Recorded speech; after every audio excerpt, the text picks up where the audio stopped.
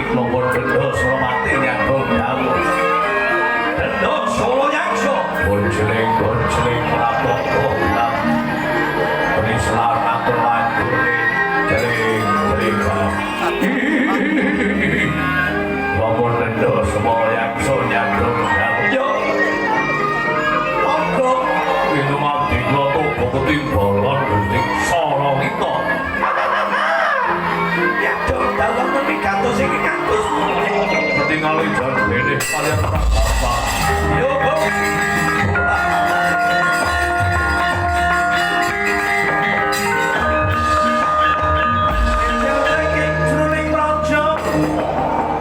mapan cakunge ngaloko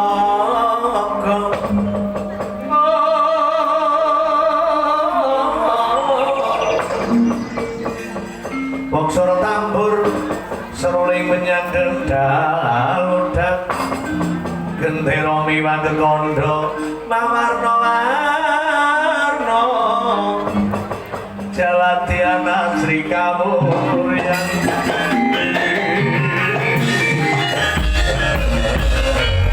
togut wonten paring dika panjenengan kula derek kakang saking Giri Sunyalautan bener Prabu Ambara Wasesa saiki ageng meguru karo Resi Brastaka. Resi Brastaka niku Pandhawa. Pendhita sing pundi? Saka ing pertapan Dandang Pengalapan. Ya dadi gurune Paman Prabu Duryudana ning Ngastina dijaluki temurune Wahyu Lintang Trenggana. Syarate mateni Gatotkaca kala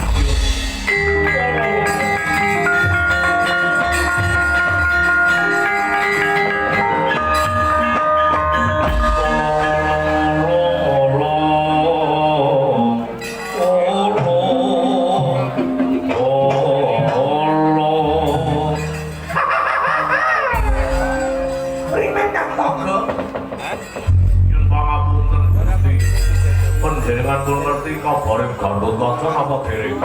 Kabar sing kepiye, Go? Gatotkaca niku kondhang otote kawat, balunge wesi, kuline tembaga, telapakan gencik dengkule watu. Idupe kawat bendra. Angger ngentut LPG. Angger nguyu solar. Gatotkaca, Go. Tur Gatotkaca duwe dulur ana nunggal bapak sejen biyung. Sapa, Go? Raden Antarja. Sararane panjenengan ngancam Gatotkaca Antarja ora trima. Jimate apa, Go? Jimate Antarja niku ndaji upas wirayang, upas wiranti sing kena nyembur karo gondilat. Kowe aja meden-medeni, Go. Ana menungso bisa nyembur, bisa dilakwe dasar ngopo. Kena turunan ula. Putrane Werkudara sing patutan Dewi Nagagini. Tidok nasi komplit, Go. Kok banjur-banjur. Ana liyane, Go. Ana liyane ora, Go. Raden Antasena. Jenar mateni Gatotkaca Antasena ora trima. Saiki nek Antasena biasane jaga nang tepi siriking segara. Sing nguasani segara niku Antasena. Putune Sangguang Baruna ya klebu putrane Werkudara, patutan Betari Uramayu. Ngerti Antasena kakang arep dipateni nyebut ora trima. Jimate sumut. Sumute gedhe, dawa, ireng, tur beling-beling. Ana meneh, Go, ana maning Raden Srenggini. Raden Srenggini niku anak Werkudara sing patutan Dewi Rekatawati. Srenggini, Go, jimate capit, gaji totok, sewu. Desi amamane. Sapa? Raden Wisanggeni. Dedepi adeke Wisanggeni persis kayak kuda. Semarangnya kayak Sarawita, dedeknya kayak Sarawita, Pasuryane mencorongnya kayak Sarawita, persis kayak Jambe di Sigarbrak. Wisanggeni lan Sarawita apa bener, Go? Kaya Jambe di Sigarbrak, Go. Mungkin Sigar nu bosok. Ora kuwi. Anyep temen, Go. Coba Goji. Wong ngomong kaya amoh temen, Go. Mungkin mandan sadar diri weta Wisanggeni tuli putraning Janaka sing patutan karo Dewi Dresana lan putrang Widadari. Lah ku anak napa kowe? Putrane wis burus kaya Wisanggeni coba. Sampeyan iki ibu jopong bayi. Kayak gue muncul. Kawan bayi setan. Tokongnya siapa sih orang muncul jajal. Gue jelek kon. Aja nyengiti yo. Aja melu-melu bae ngomong jelek. Aja jere nyenguri bekayu iki kono panggil orang. Bekayu ayu orang nyuruh-nyuruh bae. Ora ayu anake ndritil. Wong jodoh ora ndritil. Duwene kuwi tok. Terus wingi pripotong dina lho duwene bekayu mutuk. Ora kok dikayu apa yo. Diubal-ubal. Ora nek bekayu mulu. Tetep dewe. Cerita. Wis ora usah padha kejegan. Saiki ngendikane Bapak gawe Resi Berta, Gantun Kaca ge tampa ning Mega Malang, kok. Oh, lajeng. Yen bisa manting iki Gantun Kaca wadhe kendhanga kendhangane diombong. Wareng ngombong Gantun iya kok. Ing ati-ati mawon. Krilamping brungkat kimpul gajak lan singa bareng. Winane kerasane nganti kok budal-budal kaya anggar sebar perwadya. Ayo. Yeah.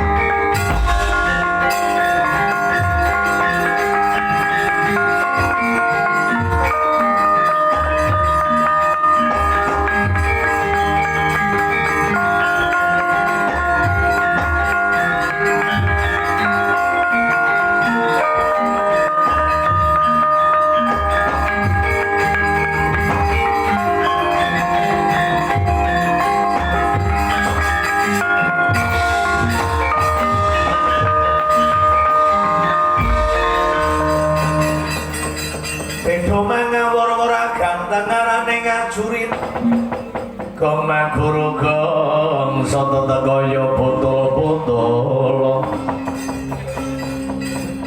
para pandriting turang gwesti regate kang bojo layu sempit Kakang Antarja Dimas Antarsena kepiye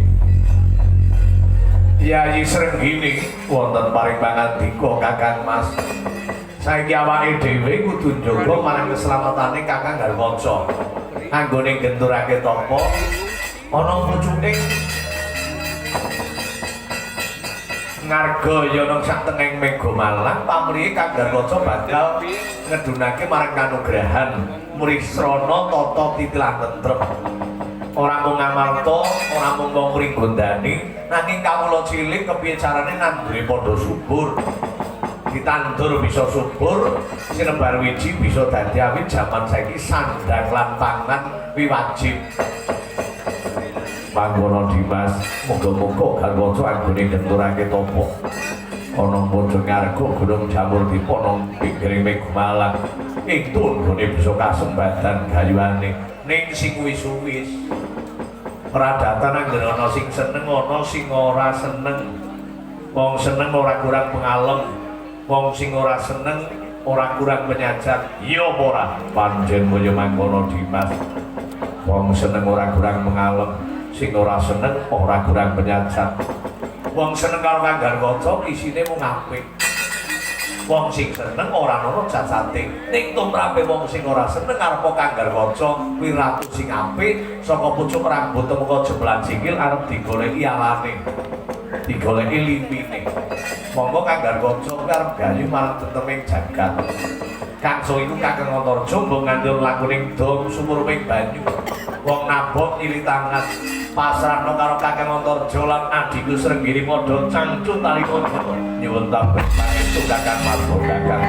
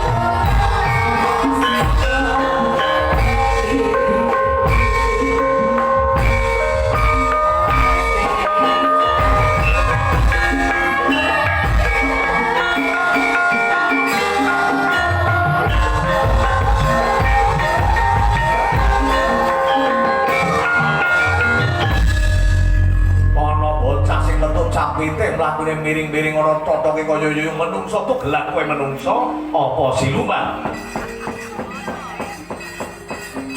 Putrane Rama Werkudara ngaranku Srenggini mapan kemono nyoto bali pitakon.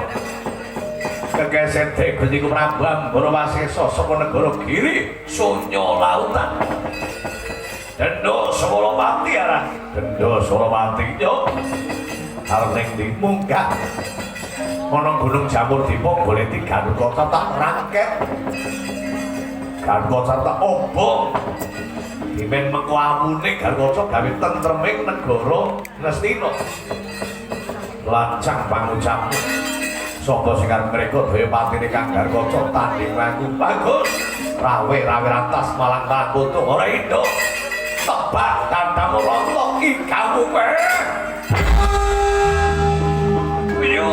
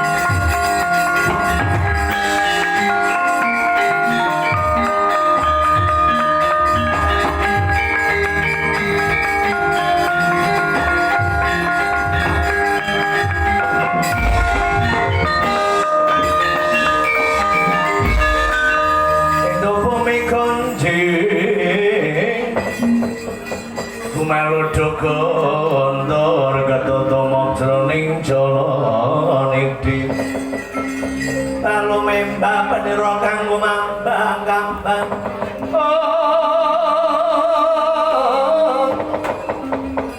Sang Wisnu Bathara Gyong lebur bumi Sang Wisnu Bathara Gyong lebur bumi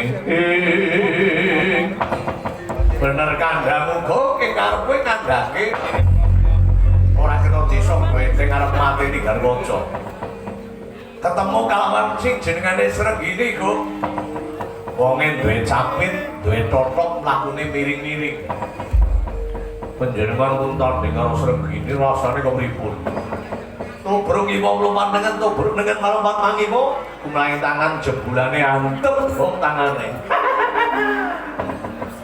rajunan dilawan ya kok apa?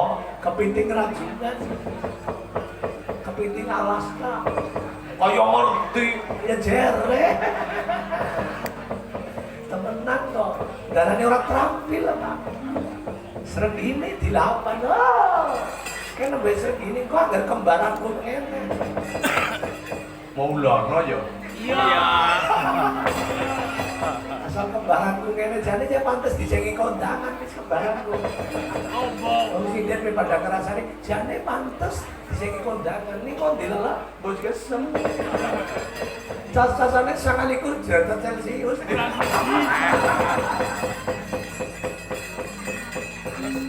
wiwinnya belum jadi ya kaya gelem baik Pak Kok udah cari patrene mandang lopet ya berikan balik capite lho capite ampun bener kok iku nembe kemlaning tangan capite ampun Allah capit pritil mengin panjenengan kira-kira ora wani mundur mawon liyane pirang-pirang yo kok para buta-buta golok-golok